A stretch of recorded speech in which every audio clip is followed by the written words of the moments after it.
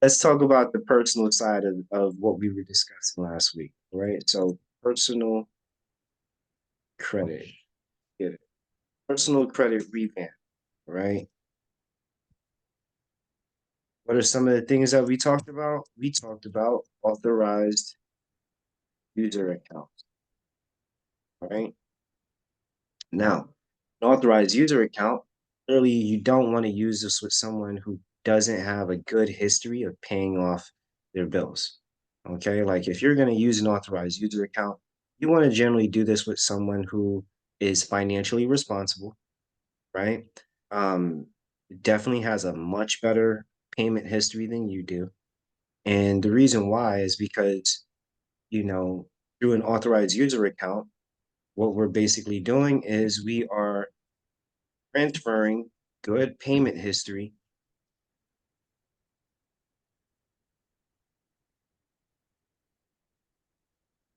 which is a very important factor to your FICO score. Okay, now your FICO score, Fair Isaacs Corporation, some of us may not know who that is, but that's what FICO actually represents. Fair Isaac is the individual who created the corporation who collected information from your credit reporting agencies, TransUnion, Equifax, Experian. And for those of you who may not be in the know, there are actually several other consumer credit reporting agencies, all right, that all do different things. Some of them are medical histories, others just report legal history, others report public information. Okay. So why is it that maybe you want to consider having an authorized user account? Well, quite frankly, if you've got debts maybe you haven't satisfied, or you're trying to start your children, your future, the future beneficiaries of your estate, you want to start preparing them to what? Be able to manage your estate with a certain level of competency, right? Now, of course, us as parents, for those of us who have children, authorized user accounts, this is a great way to start your kids off with establishing an early history credit. All right. So that way, by the time they turn 18, by the time they turn to the age of majority, they hopefully, with your guidance, know how to use credit in a way that's going to benefit them and not hurt.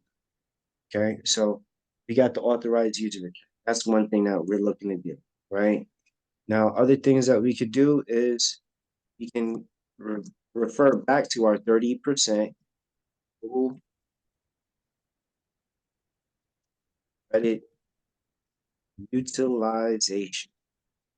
Now, this is important to bring back up too, because, well, most people go over the 30% threshold, not knowing that once you do, your credit score plummets, right? Now, you can totally use more than 30% of your total credit utilization.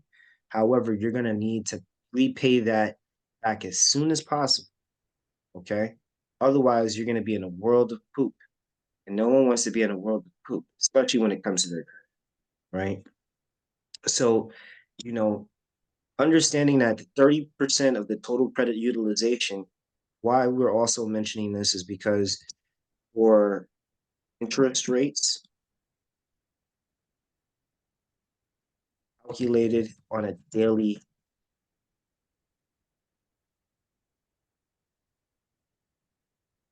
interest rates are calculated daily. So one of the examples I gave last week was the Capital One credit card with a 0% interest, right? And then it's 0% interest for the first year. And then after that first year, depending on your credit worthiness, your credit score, determined by who? Fair Isaacs Corporation, who does the payment history information, the credit worthiness information, whether or not there's any other public information that's accessible that kind of presents you as a more responsible person, right? Well, your interest rate, if you have a very poor credit score, is going to be not at the 12%, not at the 16%, but at the 20+%. And some people may be saying, oh, but isn't that great that I have like a 12% interest rate? It would be great if it was an investment and you were the investor, right? You were the creditor. It would be great because at 12%, we can also just like briefly just go ahead and put this in here. Rule of two approximates length time it takes in investment slash debt to double based on the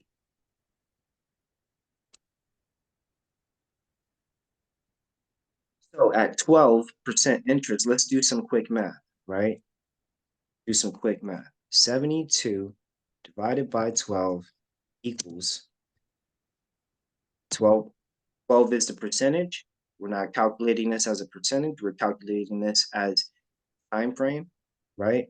So 12 being the interest rate, 72 being the number that, goes back further than Albert Einstein ever looking at this. This goes back all the way to Egypt, right? For those that are not interested in mathematics or, Pythagorean theorem, part of the Pythagorean theorem, which was not created by Pythagoras, it was made famous by Pythagoras.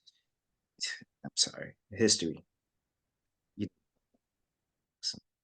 Let's keep going. Rule of 72, we divide 72 by our interest rates. It gives us the total amount of time double, right? So this is years. So at 12%, we're looking at 6 years. Would someone else like to do the percentage of 72 divided by 16%? Anybody? Anybody? Anybody? Let's make this a little interactive.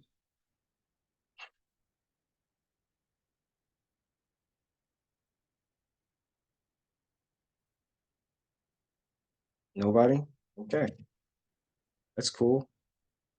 It's 4.5 years, right? Does anybody want to do the percentage rate on 20%, right? Anybody, anybody, anybody?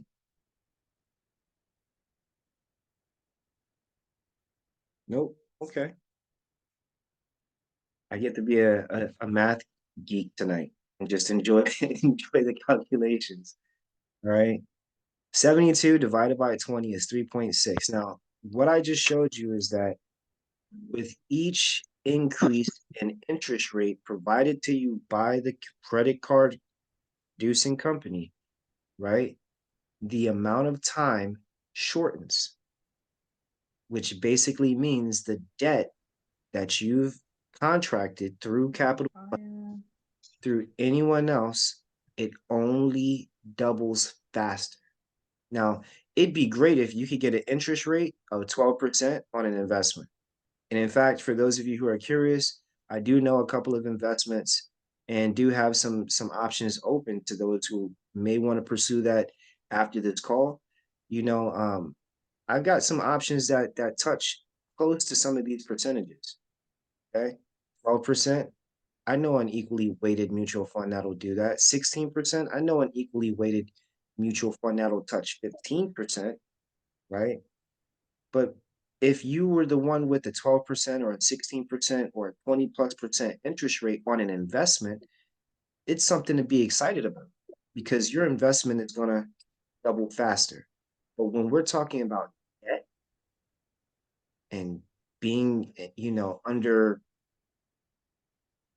an obligation to pay for credit, the higher the interest rate, shorter the amount of time you have to repay it. So this is the reason why we're going back to the 30% total credit utilization. Because like one, you need not to be thinking about monthly services.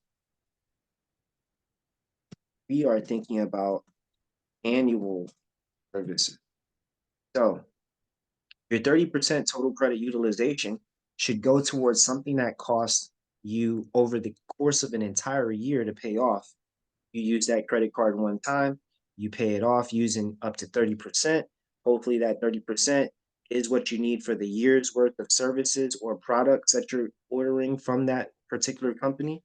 Okay. And then from there, you want to make sure that you're not just making the minimum payment. Okay. Because when it comes to minimum payments,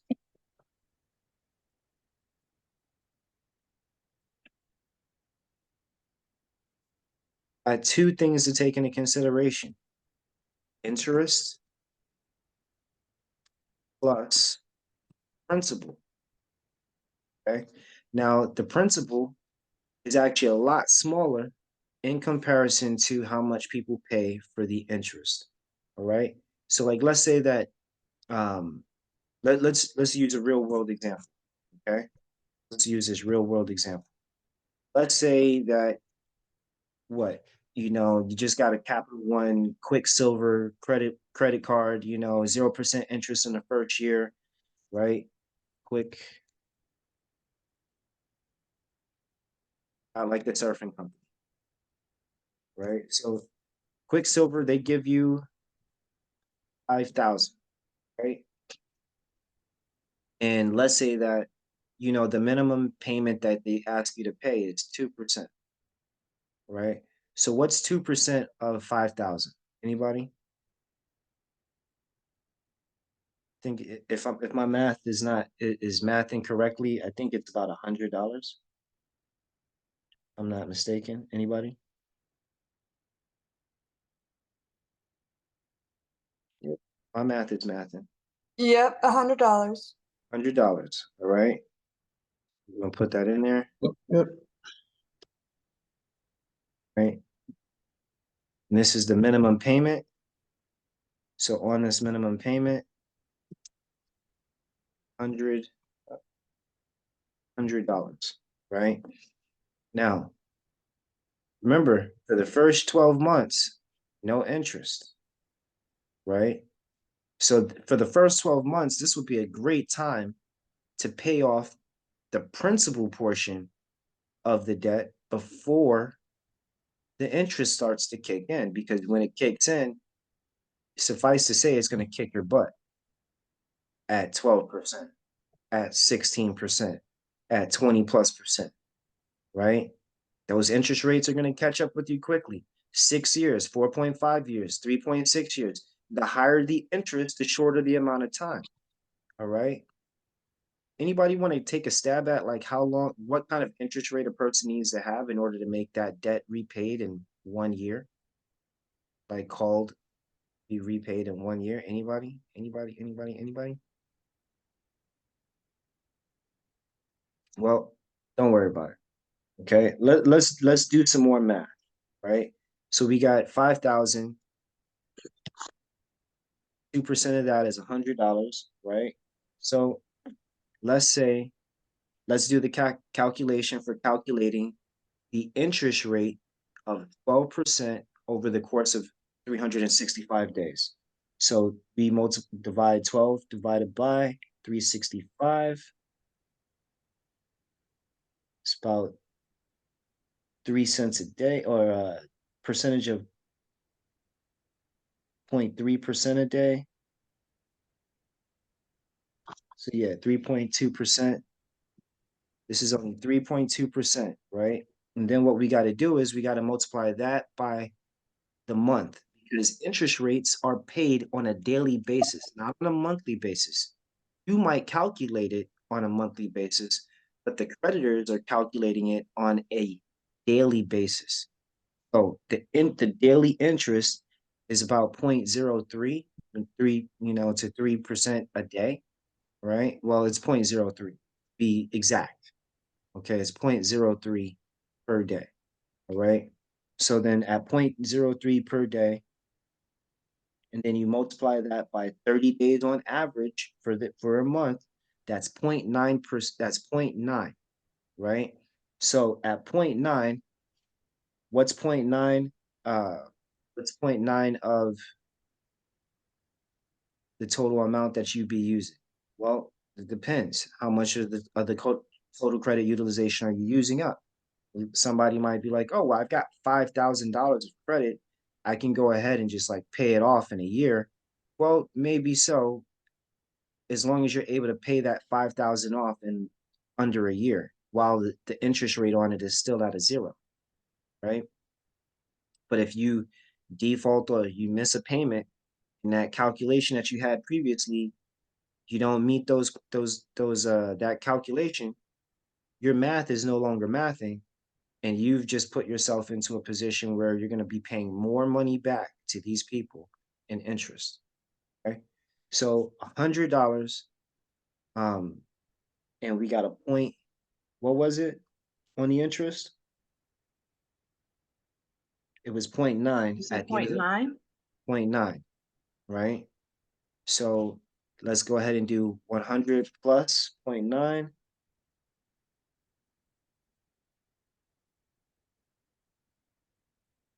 Puts it about like less than a penny, right? It's less than a penny. But we want to do that 0.9 times 30. And that's going to give us the actual amount that's going towards the, yeah.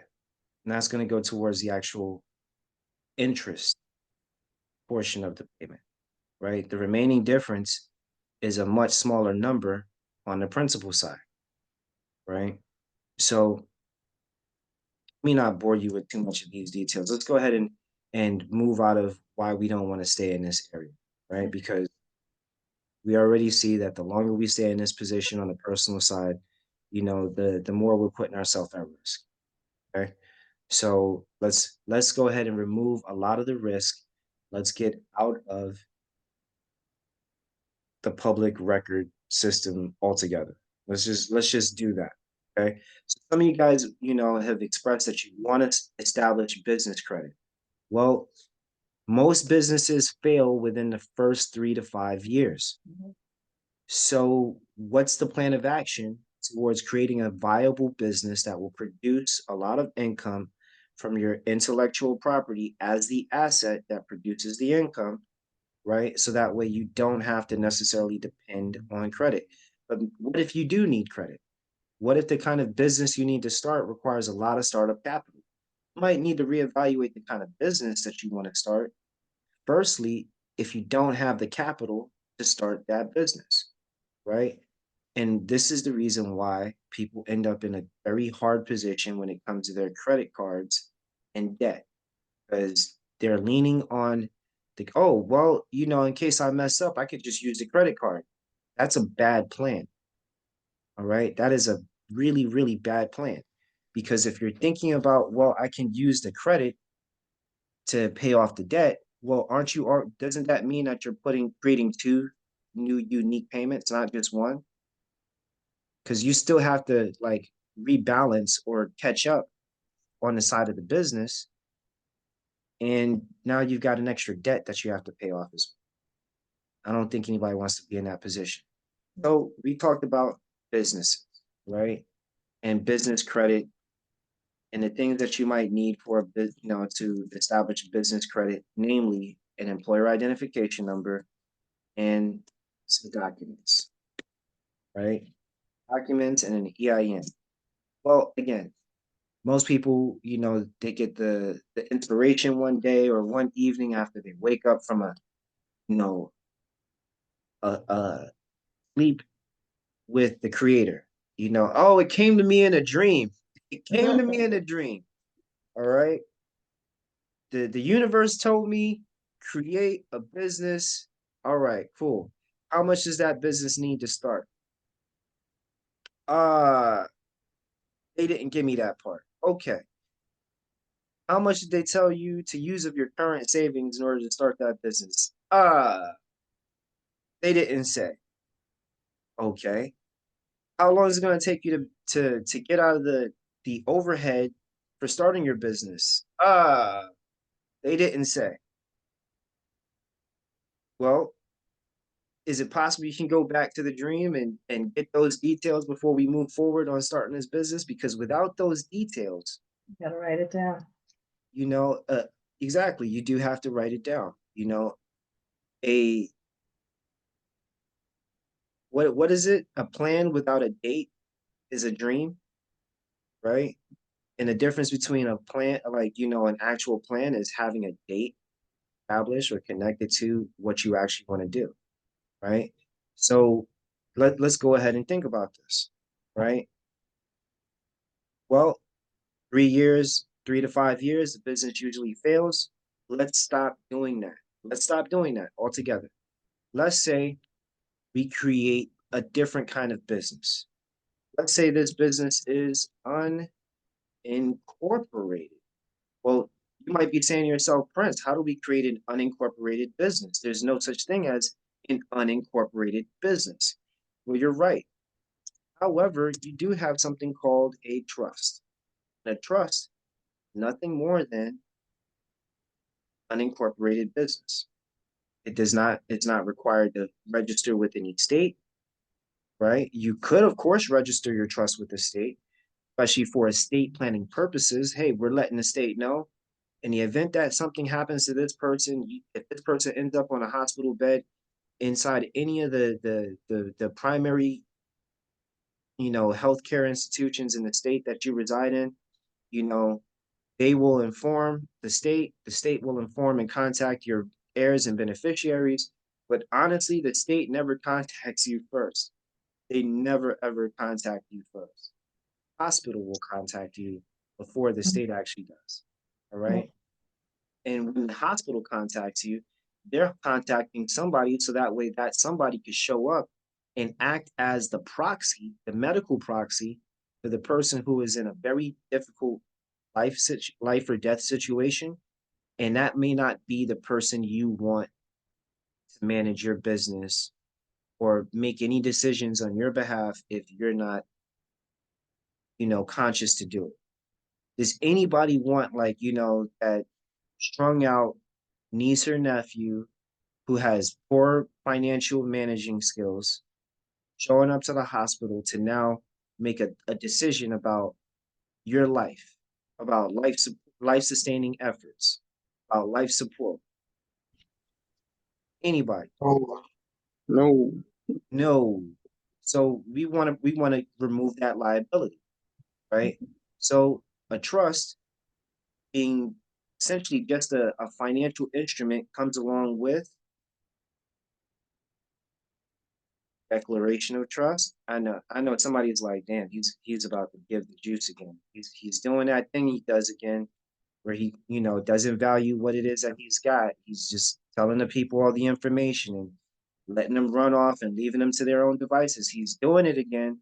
He's out there giving this free information away. If you feel like you might not do it very well on your own, you don't have to. Okay. So people got their declarations of trust, they've got their certification of trust, right? They've got the EIN of the trust, but along with the trust comes powers of attorney, right? And let me just go ahead and put this in here: medical, financial. Medical is exactly what you think it is. All right. It's someone having the authority to make decisions about whether or not you're on life support or you're not on life support. Okay. You can not have a plan of action in place and leave it up to chance, or have a plan in place and say, this person who I designate will be the individual to make decisions for me in my best interest. And with this type of documentation, you're also specifying what they can and cannot do. All right, guys, before you start writing on this whiteboard, please don't write anything on the whiteboard. Please don't. Okay. All right. But now, so here it is that we've created the plan of action. We've got the unincorporated association trust, right? Which has declarations of the trust. You're going to put a cover letter together for that trust, a certification of the trust. We have the EIN number, which we use as the 9-digit identifying number for the trust. So that way we don't have to use our social security number, which might be tied to some bad credit history, right? You don't want to use that bad credit history number because they're going to discriminate against you once they see that credit score, once they see that credit reporting history, right? Do you want yourself or your children subject to someone disqualifying them or being prejudiced towards them because of, you know, social stigmas and stereotypes based on complexion? Or do you want to send your beneficiaries and your loved ones into a financial institution with all their I's and T's dotted without having to worry or stress out about anything and without anybody having to question, is this the person that's supposed to be doing this? That's what these documents do, right? Now, for those that don't know, trust is, as an unincorporated business, it's essentially a holding company. Its job is really just to hold property, right? I'm sorry. I'm not sorry. Excuse my poor spelling there. Property, right? That property can be real, tangible. And what I mean by real, I mean like real estate, okay? Or tangible property like heirlooms, jewelry, art, right? A trust can hold those things. All right. So that way it's not held in the individual's name, the individual who acquired those things. Can it be digital? A question in the chat. Can it be digital? You absolutely can hold digital property or digital assets in trust. You just have to make sure that you name or transfer those in some capacity. And when it comes to those types, when it comes to digital assets, you know, just a little segue, but we're going to come right back onto this same beaten course, right? The easy way to transfer digital assets, like let's say it was cryptocurrency as an example, right? Well, a trust with its own EIN number could complete what's called the KYC, the Know Your Customer rule, right? Now, the KYC is for the trust. It's not for for the individual, the flesh and blood living individual. Okay, so we're not talking about people. We're talking about persons that we're about to transfer this digital asset from one individual, one living, breathing, flesh and blood man or woman, to a person, aka a corporate entity. Okay. Is that different from the KYC that you do with like cryptocurrency? Or is So it similar? it would be the same KYC that you would have had to complete for an individual KYC application. But like now, they do have business accounts for crypto related or digital assets. So you just got to go through the KYC process for that custodial wallet or that custodial account. And then basically once you satisfy the information, which is the 9-digit, so, you know, 9-digit number, and any documentation that affirms that it exists.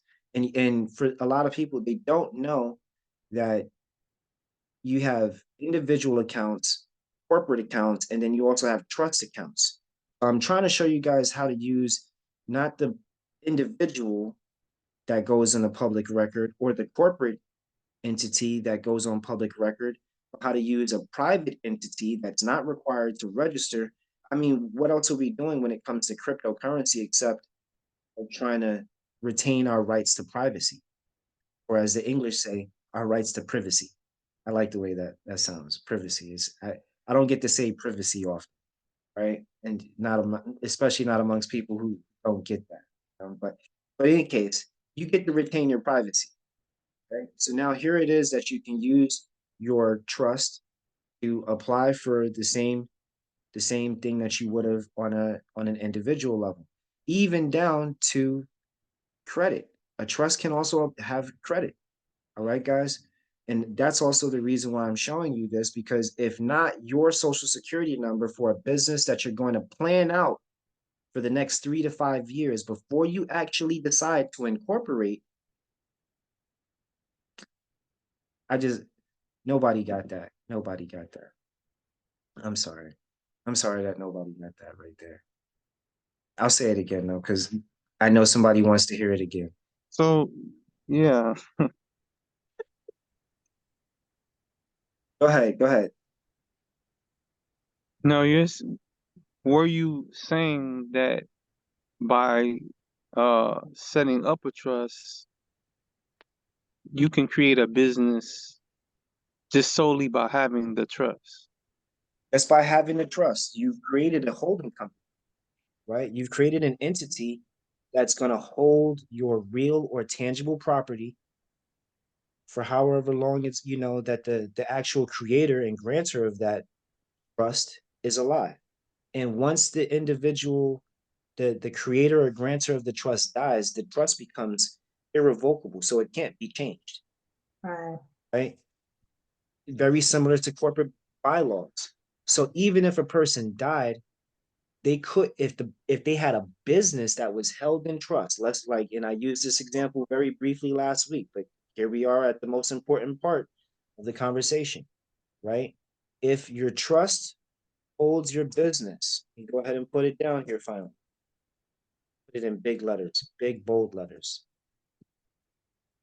If your trust holds your business, right? And just so that way someone understands exactly what I mean, trust is named owner. That's it. Who's the named owner? Well, if you go to your Secretary of State and you look at their website and you do a business name entity search, it's gonna list the name of the person who incorporated it, right? Now that can actually be a flesh and blood person, or it could be another corporation, or it could be a trust. Oh, Prince, nobody ever talks about a trust owning a business. Says who? Oh, but I don't hear that on the radio, or I don't see that on IG or TikTok or YouTube. You're right, you don't. Because this is where information is the most valuable commodity. If I know something that no one else knows, and what it is that I know could help other people profit, that makes me valuable. Just increase my value just by virtue of having more information that most people don't. I think you're saying the trust can act as a holding company in a way before you figure out the kind of that man has been studying. That individual is studying. That's right. Let me go ahead and just make sure I confirm your question. Right or wrong, you are absolutely correct. All right. You can use your trust as a holding company to hold your business. And in the meantime, before you actually decide to incorporate that business, you could be thinking about what is it that you need, getting all the necessary capital to start up your business, right? Creating the kind of credit that you need to acquire other things that maybe financially you don't have to access or acquire at the moment. And then once you've got all those things in place, because it's not a business that has to pay an annual renewal every year, now you get to plan out what you want your business to do for the next couple of years before you actually take the step to move forward with incorporating your business and then using your business to acquire other assets that also your business being held in trust, if anything happened to you, would be able to also be passed on to your family, right? So we've just what I've just shown you how to do basically is use the trust EIN to apply for credit, use what we just talked about with 30% credit utilization, right? Under 30% credit utilization, right? Being mindful about what the interest rates are going to do as far as the repayment of that credit over the next couple of years. Because if you've got a 20% interest rate and you've got 5 years before you decide that you want to start your business, you want to use that total 5,000, you know exactly how much time you've got to pay it off. Right? and you didn't get a monthly service, you got an annual service. Why? Because you don't want to be paying that same service off the next month. That's the least intelligent, thing. That's the least intelligent thing you can do. All right. So let's see. Should a person use their LLC or NPL? When you say NPL, Nonprofit organization. so a nonprofit organization, or a not-for-profit Not organization, for profit, right? right? There are a couple of things to kind of touch on with that, right? Number one, when it comes to nonprofit organizations, like people create NPOs as a way of also avoiding having to pay taxes, Mhm. right? Not evading taxes, which is illegal, but avoiding paying taxes is totally legal. All right. The Internal Revenue Code, and you can do this, you could do a Google search on this, or you can come back next week and I'll share with you exactly which code it is. If anyone wants to know, that says that it is within a taxpayer's legal right to reduce their taxable liability as low as they can possibly do. All right. And there's never a question that you've just got to be able to reflect or show proof and evidence that is part of your necessary and normal operational business expense. Right. But people create NPOs for the sake of getting personal private funding. Right. Okay. Which in getting that private funding, the NPO is essentially providing the the contributor or the donor of those funds a tax deduction for those funds, for that investment. So an NPO, and this is where you want to think about what kind of NPO it is that you have. Is your NPO a state specific NPO, or are you looking for a nationwide tax exemption? Well, currently, you're talking to me to answer it, or you're just Well, being, in regards to this particular question, yes. yes, okay, so my nonprofit is statewide right now. Okay. Yeah. Now, I bring that up because on the federal level, it costs about, the last time I looked at it, it was about $400 for an app to apply to the Internal Revenue Service for nonprofit recognition as a 501c3. C3. Yeah. Okay, as a 501c3. And think about that. IRS, it's 501c3 is a tax code. All Mhm. right. You have other tax codes out there that are like 501(7). Mhm. Okay. And then you have a few others that I'm not going to get into, but basically social clubs. Okay. Which we're probably going to talk about later on in the future, because this type of activity that we're doing right now constitutes as a social endeavor. No one's paying, we could pay membership dues. We could create our own state specific nonprofit organization, which would mean that we don't have to apply to the federal government for the recognition of this tax exemption, right? State of whatever state it is that we decided to incorporate that NPO in would automatically grant us with that status upon application, as long as the application is fine. And then from there, any state specific donations or contributions are state deductible. All right. But I'm sorry, I just thought about it. Florida is, we don't pay taxes for the state of Florida. You don't. Right. But so it can still be used? But see, like that's also this is you brought up a very good point, and I'm gonna kind of just keep going back into the first portion of it, right? Which is, well, I guess we're still in the right place in this part of the conversation, because we're talking about businesses. For the most part, we've got regular for-profit businesses. Now we're getting the opportunity to dive into an example that's an NPO, nonprofit organization, right? And so you just identified something. If in the state that you reside in, like Florida, is exempt from state taxes, right? Number one, personal taxes, not corporate tax. Mhm. Okay, I'll say that again. It's not personal taxes that we're creating here. We're creating corporate taxes, right?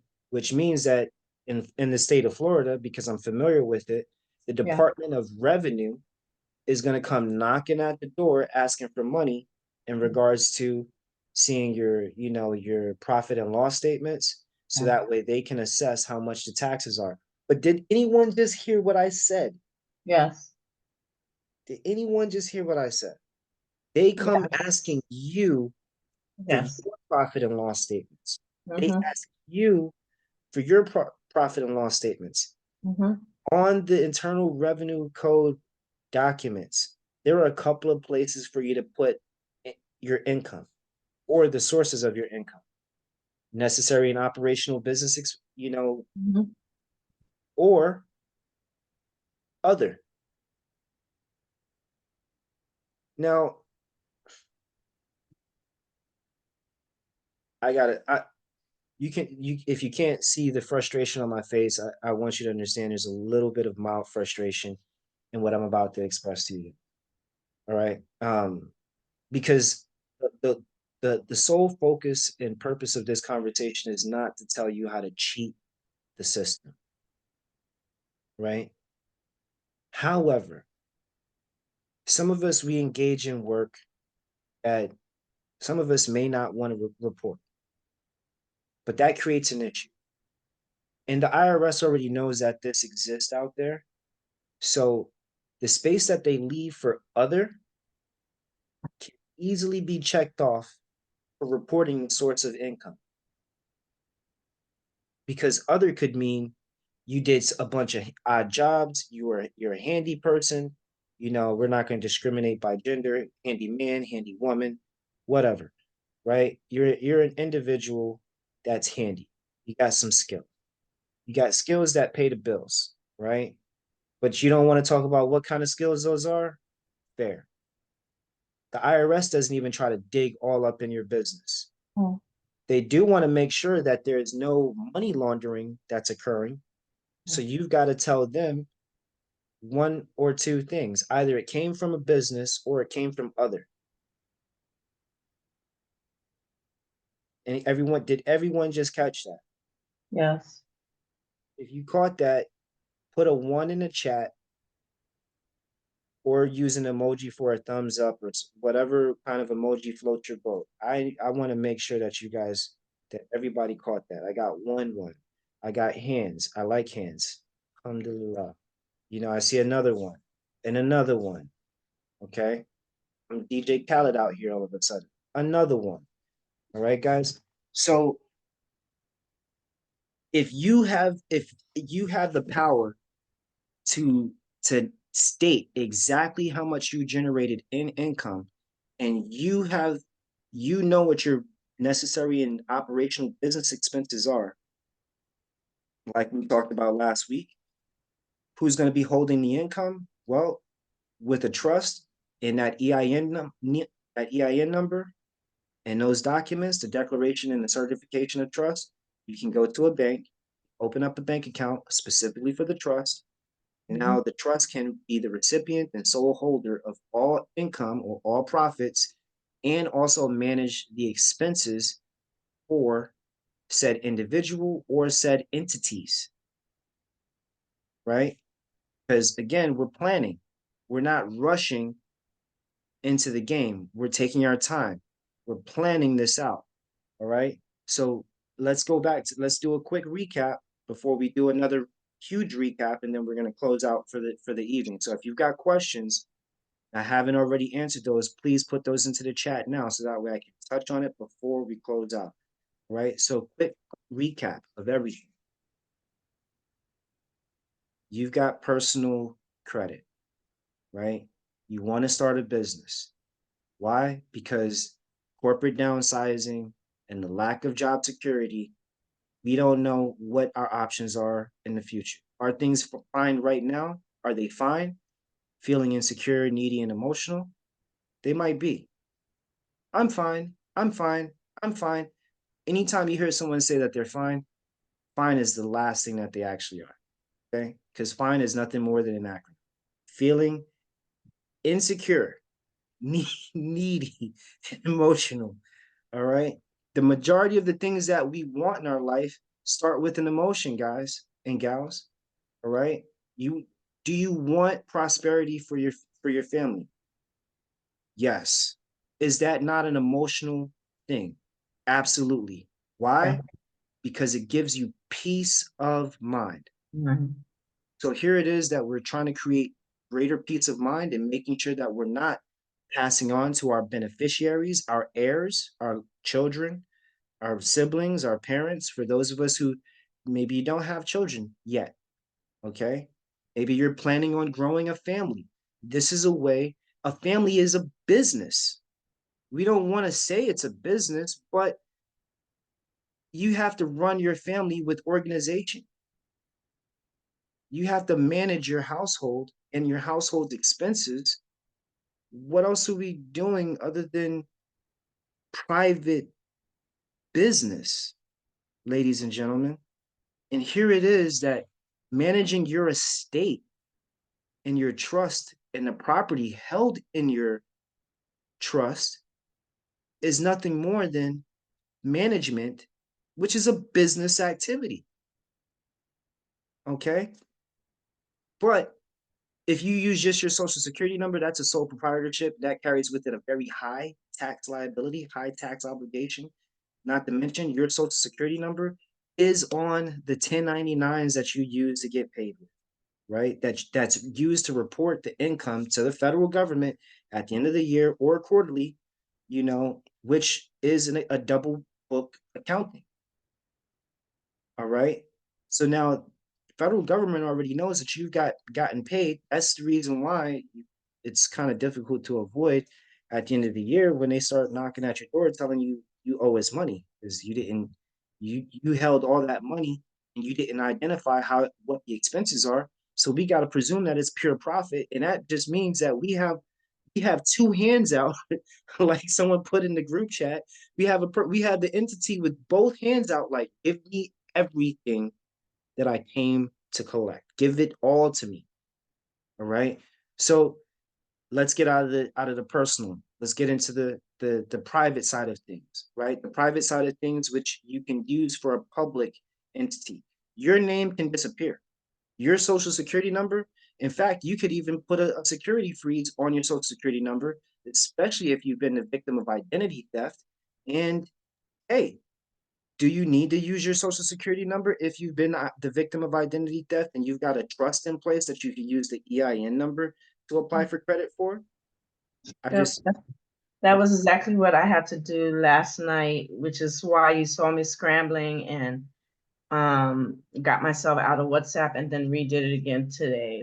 And then I learned that the freezes, for those who don't know, are usually they only last for a year. So I called each credit bureau and found out that my freezes had been lifted. So I renewed it, and then the scam email that I sent from so-called Net Credit that was telling me, oh, your credit, you just applied for credit and this, that, and the other, and you were denied. And they gave me a low score. And remember, I was boasting last week how high my credit is. It's like, wait a minute, that don't sound right. nope. And that credit was claiming that it was TransUnion. And when I looked up all the information, it was incorrect. So please, everybody, if you haven't done so, put a freeze. And you can, I sent the copy of the email to each bureau and requested a 7-year freeze. Usually they do it maximum of 7 years and then you renew it again. So that was something I learned. But I told them keep it there indefinitely. Yep. And there are permanent freezes that you can put onto your credit report. However, you have to keep those numbers because without those numbers, you will not be able to ever lift that freeze. And in some people's instances, that may not be a bad thing, especially when you realize that what we just listed here, what we just outlined here, provides you another means of applying for credit or opening up bank accounts or acquiring property. You don't have to do it in your name. It's just that most people don't know how to not do it in their name. If you've got a business, if you've got property, how do you transfer that property and those businesses out of your name into the name of the trust for the business? Or like, it's the annual renewal time. Simply just change the name of the business owner to the name of the trust, right? And call it a day. All right. If you've already, done your annual renewal and you didn't update the information in the state of Florida, it costs $35. All right. But I want you to be able to like make this as cheap as possible. So, measure twice, measure 3 times, and then cut only once. Right. Think about what we're talking about. All right, guys. So there's that part. Right. Then we've also talked about using the trust to apply for credit. And we're talking about 30% total credit utilization, right? To purchase annual services, not a monthly service. One service that you're gonna pick, that you're gonna purchase one time for the year. You're gonna make the monthly contribute payments to it, not the minimum. Although if you just got a credit card and you're still within that 0% interest rate for the first year, again, you use the entire 30% for that 1 year's worth of services, and then every month you pay that thing off. Don't play with it. Oh, I can put the minimum payment on it. No, you can't. You don't have time to play with it. Oh, I can do it for two at 12%. You don't know what the interest rate is going to be that they're going to apply based on your current credit score. And and here it is that your business is going to need to use your personal credit to apply for credit as a personal grantor because your new business or your trust has absolutely no credit history. So I want you guys to really, really think about how to use some of these steps that I've outlined here, really protect your assets and cover your assets for the long term. Okay, guys. I just also made a comment into the chat. Feel free to copy and paste the info into a private document or screenshot the image. Take a quick screenshot before we close out tonight. So that way, and if you've got your finger moving over the screen, please move your mouse out of the way. So that way, if anybody else wants to screenshot it, they're not also screenshotting your name as well as well. All right, so take your mouse and slide it over to the side for anyone that's got their mouse hovered over the document. There you go. Okay, because then someone's gonna be like, oh, who's this person? Who's that person? And then somebody might be going through your phone and being like, yo, who's this man's name? This woman's name? Do I need to know something? Cover your assets, people. We want you all private. I want you all private. Okay, you can apply for credit with the trust with your bank. Yes, you can. You certainly can. All right. Excellent question. It's 8 o'clock. You got any more questions? Credit union is better. It certainly can be. All right. Certainly can be. Credit union can certainly be better because they're an NPL. Most credit unions are NPOs. They offer you lower service fees, lower interest rates as well. Okay. And those rates can work for you and against you. But because it's a low interest rate, if it begins to work against you, at least it's a low interest rate that's working against you. It's something that you can dig yourself out of. But if you ruin your credit score and you ruin your credit history, don't be surprised if the creditor changes your interest rate based on your credit worthiness. Just because they give you credit and at a low interest rate to start with doesn't mean that it's going to stay there. Okay, you don't mess with the church's money, as they say. Nobody likes it when they mess up the church's money. Okay, so especially the creator. The creator don't like it when anyone messes with the church's money. Okay, remember your body, your mind, in this life is on loan to you. It's credited to you. You can't take this physical or even this mentality with you to the next place. But what you can do is you can leave some information behind for those that you love to follow, so that way they understood what your methodology was, right? And if you are deciding to create a business and you do all the necessary planning in these first couple of years with your trust, right? And then you create a business that actually begins to thrive, not just survive, but thrives. And other people are going to look at your business and say, your business just came online. How is it that you're doing so well? How is it that you have so much credit? Well, it's bamboo season, baby. Bamboo does you plant a bamboo tree, it doesn't pierce the surface of the soil for 5 years. And every day for 5 years, you gotta water that soil. You've got to water it. Because if you don't, if you miss one day, you're only delaying the germination process. And that beautiful thicket of bamboo that you're going to use to create a natural border or wall so others can't pierce your trusted or corporate veil.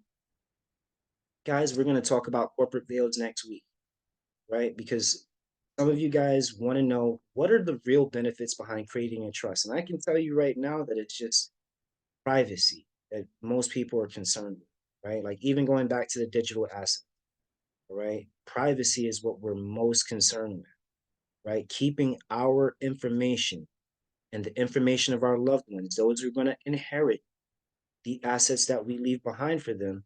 You don't want that information public, okay? And think about it. Donald Trump, no one knows where his money really came from. I can tell you right now, it came from his grandmother, who was invested into the stock market as soon as she immigrated to the United States, right? And then passed that asset on to her son, Donald Trump's father, who then passed that same asset on to his son, Donald Trump, who's also passing that same asset if he's able to avoid, his current legal situations. He's got assets that he can pass on to his family that are not even attached to any of the litigation. And remember, what's held in a trust, unless the trust violates some federal law, the trust never gets subpoenaed or demanded to present itself before a court. We're keeping you out of the system, but you can put yourself back in. So you want to look at it like the Matrix? I just helped you unplug. I just legitimately helped you unplug. It's not easy. Can it be done? It certainly can. You can be the Neo in your own world. You can bend the rules of your reality, but you got to know what the rules are first before you start bending them second. Because it's not you, it's not the spoon. It's not the spoon that bends. It is only ourselves. All right, guys and gals. It's 8:05. We're 5 minutes past the hour. I'm going to go ahead and stop this recording. I appreciate everyone who was able to join